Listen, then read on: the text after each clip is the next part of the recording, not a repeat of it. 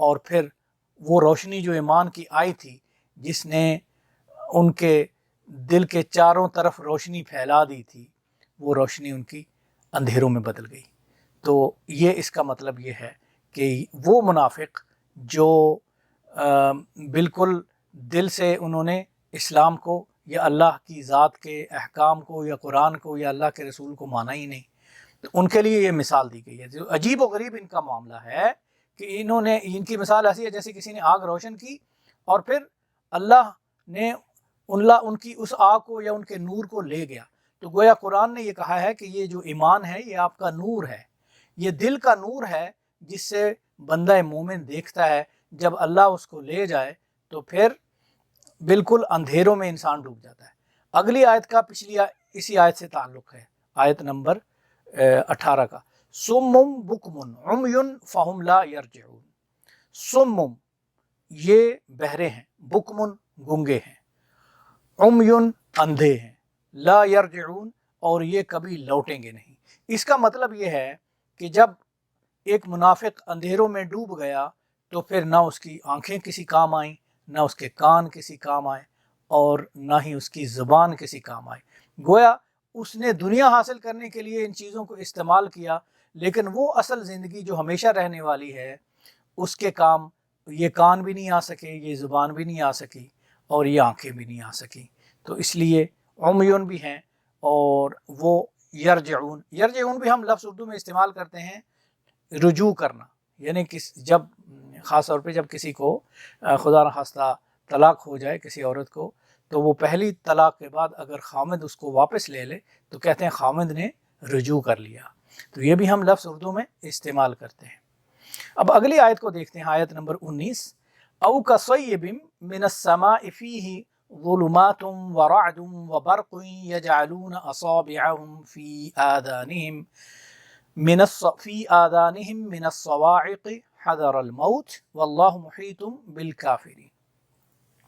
او کا مطلب ہوتا ہے یا پھر یہ ان کی مثال ایسے ہے جیسے آسمان سے بارش برس رہی ہو اور اس میں فیہ ظلمات اس میں اندھیرے ہوں، ورعد اور کڑک ہو، وبرق اور اس میں بجلیاں چمک رہی ہوں، اور موت کے ڈر سے وہ اپنی انگلیاں اپنے کانوں میں دے لیں یا ٹھونس لیں۔ یجعلون اصابعهم فی آذانہم من الصواعق، اس کڑک کی وجہ سے موت کا خوف ان کو پر طاری ہو جائے، حذر الموت، اور پھر اللہ ہر چیز کا احاطہ کیے ہوئے ہے، واللہ محیط بالکافرین، اللہ ہر چیز کو گھیرے ہوئے ہیں۔ تو اس میں جو ہے وہ بہت سارے الفاظ ہم دیکھ سکتے ہیں۔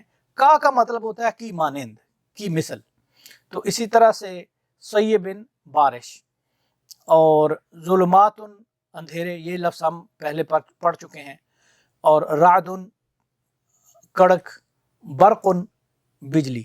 تو یہ ہم برق اردو میں استعمال کرتے ہیں، جیسے فلاں شخص بڑی برق رفتاری سے جا رہا تھا، یا فلاں کار جو ہے وہ جہاز جو ہے وہ برق رفتاری سے چلتا ہے، مطلب بجلی کی رفتار سے چلنا۔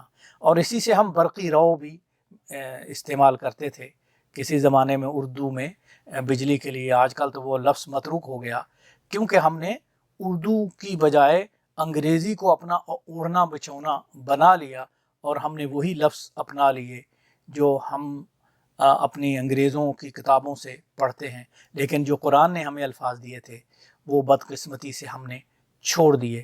اس لیے ہم نے ایک اپنی تہذیب کو کھو دیا، گویا کہ ہم نے اردو کے ساتھ وہ تعلق توڑ کر ہم نے اپنی تہذیب کو کھو دیا۔ اردو اتنی ہی لازمی ہے جتنا ہمارے لیے پاکستان لازمی ہے، تو اس لیے ہمیں اردو کے اندر ہمیں اس کو واپس لانا ہے، ہمیں اس کو زندہ کرنا ہے۔ ابھی زیادہ وقت نہیں گزرا ہے، زیادہ وقت ضائع نہیں ہوا ہے۔ وہ قومیں بھی ہیں جن کی زبانیں مر گئی تھیں اور انہوں نے ان کو ایسا زندہ کیا کہ اب وہ قومیں وہی زبان بولتی ہیں، اس کے علاوہ کچھ بولتی نہیں ہیں۔ تو بہرحال اردو کو ہم نے زندہ کرنا ہے۔ یہ ایک ہماری اذان ہے، اللہ کرے کہ یہ اذان تمام لوگوں تک پہنچے، اور اس میں ہم یہ چاہتے ہیں کہ اردو کے ذریعے ہم قرآن کو سیکھیں۔ آئیے اب اس کی تھوڑی سی تفسیر دیکھ لیتے ہیں کہ اس میں اس آیت کا مطلب کیا ہے۔ اس آیت کا مطلب یہ ہے کہ اس میں وہ منافق مراد ہیں جن کا ایمان ہے لیکن کمزور ہے.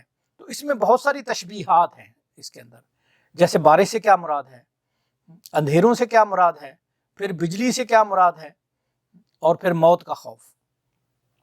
تو یہ وہ منافق ہیں. بارش سے مراد ہے اسلام. تو اسلام جب زمین پہ آیا، بارش اس کی برسی، تو اس نے مردہ دلوں کو زندہ کر دیا.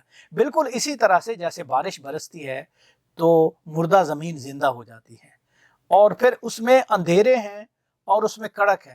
اس سے مراد یہ ہے کہ اسلام جب قبول کیا تو اس کو قبول کرنے میں انسان کو اللہ نے آزمایا، آزمائشیں آئیں، سختیاں آئیں، مشکلات آئیں، اس کا سامنا کیا. وہ برقن سے مراد ہے فتوحات اسلام کی. تو اسلام کی فتوحات بھی ہیں.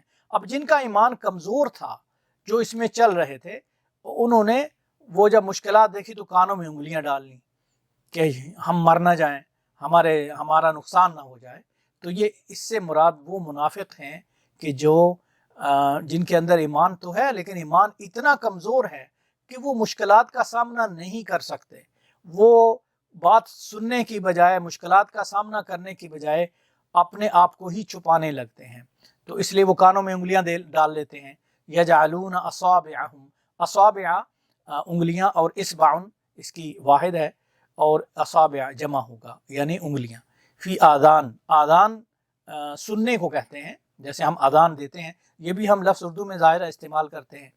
تو آذان یعنی کوئی چیز کا سنایا جانا یا سننا. تو آذان سے مراد کیا ہے یہاں پہ؟ کان. تو آذان ہم بہت لفظ اردو میں استعمال کرتے ہیں. تو فی آذانہم من الصواعق، صواعق صاعقہ بھی ہم لفظ اردو میں استعمال کرتے ہیں. جیسے فلاں چیز صاعقہ بن کر اس کے اوپر گری، یعنی وہ بجلی کی طرح اس کے اوپر گری. یا پھر صاعقہ نام بھی ہوتا ہے خواتین کا.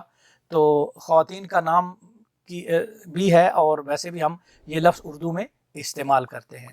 کسی چیز کا صاعقہ بن کر گرنا یعنی اچانک کوئی حادثہ ہو جانا، یا بجلی گرنا، یا اس طرح کا، ہم اس طرح کے مفہوم میں یہ لفظ استعمال کرتے ہیں.